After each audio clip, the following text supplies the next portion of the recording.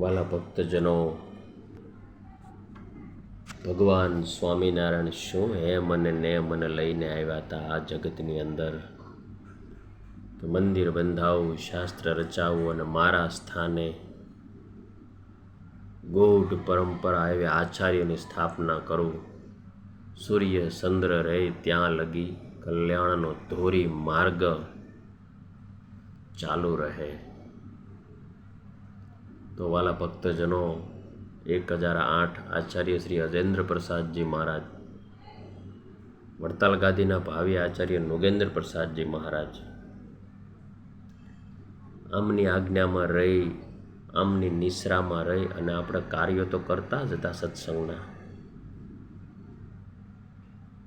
પણ આપણને એ મહારાજશ્રી સાથે મહારાજશ્રી સિદ્ધાંતને સ્થાપવાની વાતો કરતા હોય, ભગવાન સ્વામિનારાયણની અક્ષર આજ્ઞા પાળવાની વાતો કરતા હોય, તો આપણને એ સ્વીકારાતું કેમ નહોતું?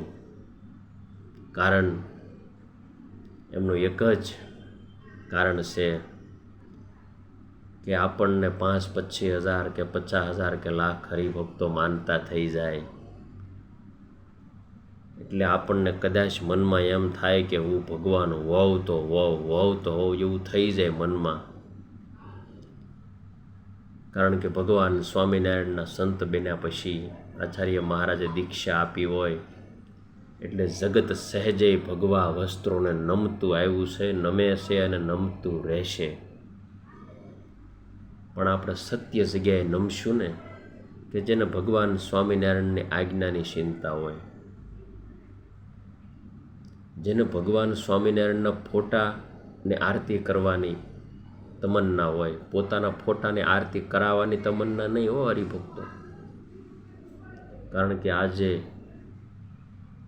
લાગઠ આપણને ભગવાન જોવા મળે, પોતાના ફોટાની આરતી ઉતરાવે.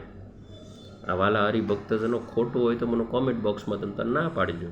જે વાત સત્ય છે એ સત્સંગમાં કરવામાં આવશે. એટલે તકલીફ છે વાલા ભક્તજનો.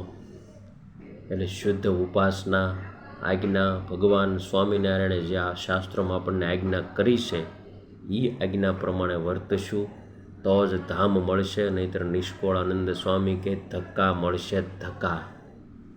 આ નંદ સંતોના વાક્યો છે હો.